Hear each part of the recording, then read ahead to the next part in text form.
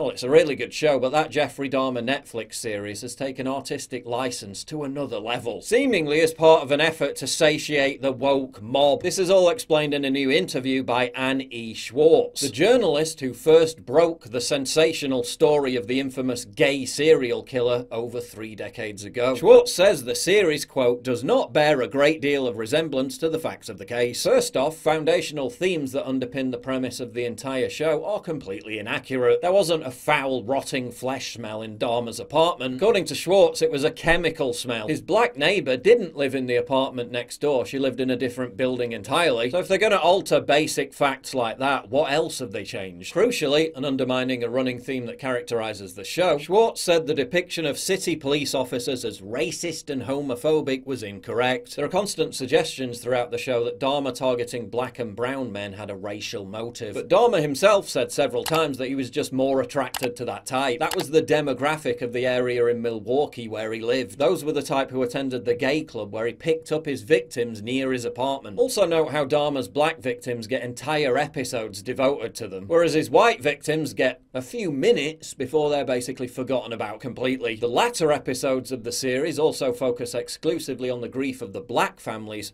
with no white families featured whatsoever. Also, the issue of cops not wanting to intervene in disputes that take place in high-crime ghettos may not merely arise from institutional racism, and may have more to do with what we now call the Ferguson effect, with police officers reluctant to put themselves in dangerous situations. It's like blaming police for the relentless murder spree in Chicago every weekend. Is that happening because the cops are racist, or because certain demographics in certain geographical locations commit lots of violent crimes targeting each other? So whereas the facts show that there was no racial motive behind Dahmer's sick and deranged behaviour, the makers of the Netflix show have attempted to imply one anyway, presumably to ward off any backlash from Netflix's notoriously woke employee base, the kind who almost paralysed the entire company in response to Dave Chappelle taking gentle digs at the alphabet mafia. But imagine my shock, trying not to offend the perpetually offended hasn't worked anyway. Boozy Badass, who apparently is some kind of celebrity, called for black people to boycott the show, demanding Netflix remove it entirely. The Alphabet Mafia also exploded with rage because the show was tagged LGBTQ, despite the fact that Dahmer's homosexuality was a key factor, and almost all his victims were gay. You can never please these people,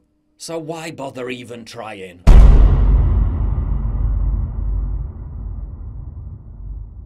Get early access to videos, exclusive live streams, and personally DM me. You've seen how much I get demonetized all the time. Well, this is how you support me. By subscribing at pauljosephwatson.locals.com. Please click the link in the description.